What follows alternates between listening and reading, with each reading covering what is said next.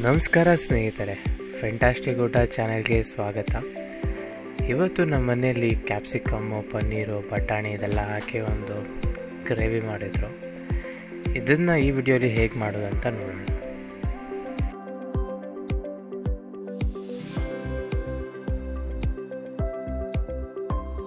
ಗೋಡಂಬಿ ಅರ್ಧ ಶುಂಠಿ, ಟಮಾಟ, 2 ಈರುಳ್ಳಿ, 1 ಕೊಬ್ಬರಿ, ಇಷ್ಟು ಬೆಳ್ಳುಳ್ಳಿ ಎಲ್ಲ ಸೇರಿ ರುಬ್ಬೋದು. 1 ಕಪ್ ಬಟಾಣಿ, 2 ಚಿಕ್ಕ ಈರುಳ್ಳಿ, 3 ಕ್ಯಾಪ್ಸಿಕಮ್ಮ, ಅರ್ಧ ಚಮಚ ಧನಿಯಾ ಪುಡಿ, ಅರ್ಧ ಚಮಚ ಗರಂ ಮಸಾಲ, 1 ಚಮಚ ಉಪ್ಪು, 1 ಚಮಚ ಖಾರ ಪುಡಿ, ಸ್ವಲ್ಪ ಅರಿಶಿನ, 150 ಗ್ರಾಮ್ ಪನ್ನೀರ್.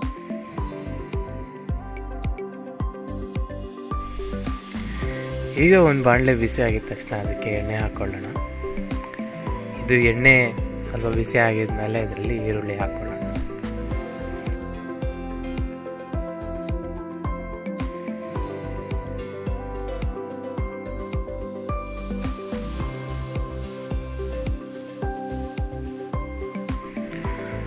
ಸೊ ಈ ಕಟ್ ಮಾಡಿರೋ ಈರುಳ್ಳಿನ ಇದರಲ್ಲಿ ಫಸ್ಟು ಎಣ್ಣೆಯಲ್ಲಿ ಫ್ರೈ ಮಾಡ್ಕೊಳ್ಳೋಣ.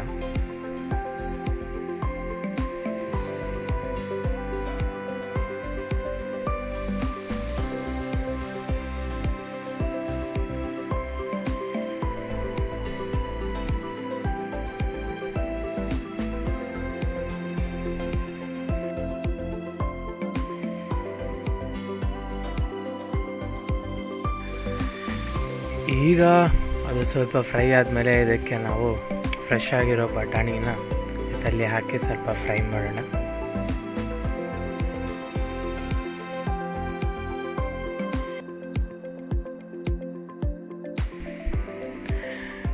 ಇದನ್ನು ಸ್ವಲ್ಪ ಬೇಯೋದಕ್ಕೆ ನಾವು ಬಿಡಬೇಕು. ಸೊ ಒಂದು ತಟ್ಟೆಯಿಂದ ತಗೊಂಡು ಈ ಬಾಣಲಿನ ಮುಚ್ಚೋಣ.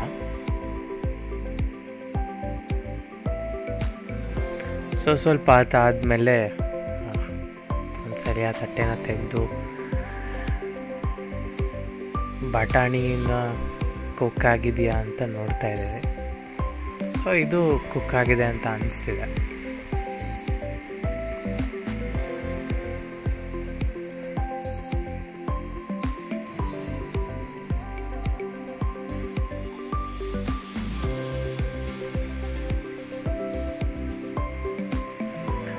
ಸೊ ನೆಕ್ಸ್ಟು ನಾವು ಸ್ವಲ್ಪ ದೊಡ್ಡದಾಗೆ ಕಟ್ ಮಾಡ್ಕೊಂಡಿರೋವಂತಹ ಕ್ಯಾಪ್ಸಿಕಮ್ನ ಇದರಲ್ಲಿ ಹಾಕೋಣ. ನೆಕ್ಸ್ಟ್ ಈ ಕ್ಯಾಪ್ಸಿಕಮ್ ಕೂಡ ಸ್ವಲ್ಪ ಬೇಯಬೇಕು.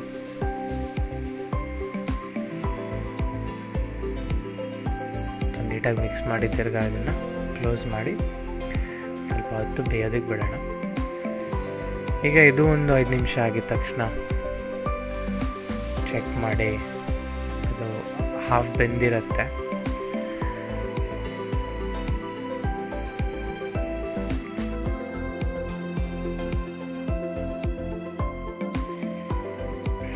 ಸೊ ಈಗ ಚಿಕ್ಕದಾಗಿ ಕಟ್ ಮಾಡಿಕೊಂಡಿರೋ ಪನ್ನೀರ್ನ ಇದರಲ್ಲಿ ನಾವು ಹಾಕೊಳ್ಳೋಣ.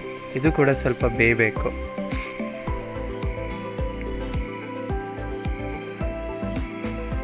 ಸೊ ಈ ಬೇಯೋ ಟೈಮಲ್ಲೇ ಸ್ವಲ್ಪ ಇದರಲ್ಲಿ ಉಪ್ಪು ಹಾಕೊಳ್ಳೋಣ.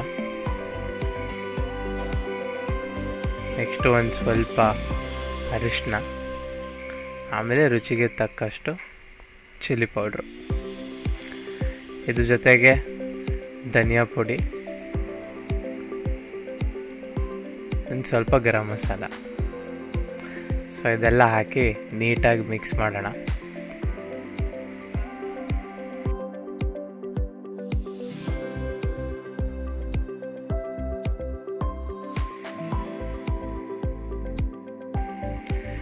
ಸೊ ಇದನ್ನು ಸ್ವಲ್ಪ ಬೇಯೋದಕ್ಕೆ ಬಿಡೋಣ. ಇದಕ್ಕೆ ತಟ್ಟೆ ಹಾಕಿ ಸ್ವಲ್ಪ ಹೊತ್ತು ಮುಚ್ಚಿ ಸ್ವಲ್ಪ ಹೊತ್ತು ಬೇಯ್ದಾದ್ಮೇಲೆ ಇದನ್ನು ಚೆಕ್ ಮಾಡೋಣ. ನೀವು ನೋಡ್ತಿರ್ಬೋದು ಈ ಬಾಣಲೆಯಲ್ಲಿ ಎಣ್ಣೆ ಕೂಡ ಅದು ಸ್ವಲ್ಪನೇ ಬಿಟ್ಕೊತಿದೆ. ಸೊ ಹಾಗಂದರೆ ಅದು ಆಲ್ಮೋಸ್ಟ್ ಕುಕ್ ಆಗಿದೆ ಅಂತಾನೆ.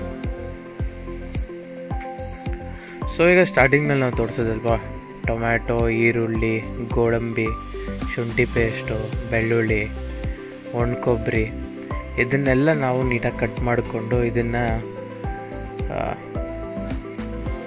ಗ್ರೈಂಡ್ ಮಾಡ್ಕೊಂಡಿದ್ದೀವಿ. ಸೊ ಇದನ್ನು ನಾವು ಫೈನಲಿ ಇದರಲ್ಲಿ ಹಾಕಿಬಿಟ್ಟು ಇದನ್ನು ಕುಕ್ ಮಾಡೋಕ್ಕೆ ಬಿಡಬೇಕು.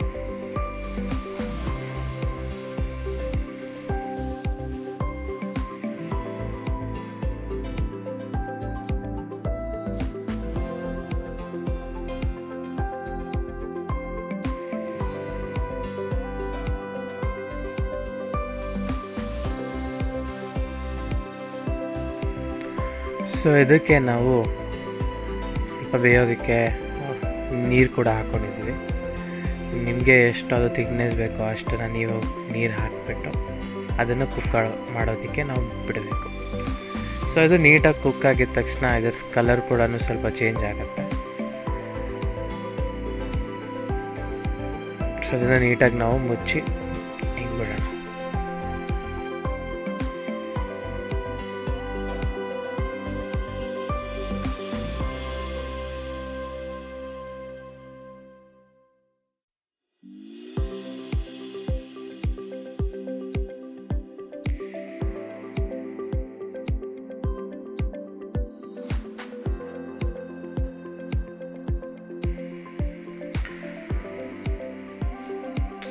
ಸೊ ಇಲ್ಲಿ ನೋಡ್ಬೋದು ನೀವು ಗ್ರೇವಿ ಎಲ್ಲ ಕುಕ್ಕಾಗಿ ಇವಾಗ ರೆಡಿ ಇದೆ.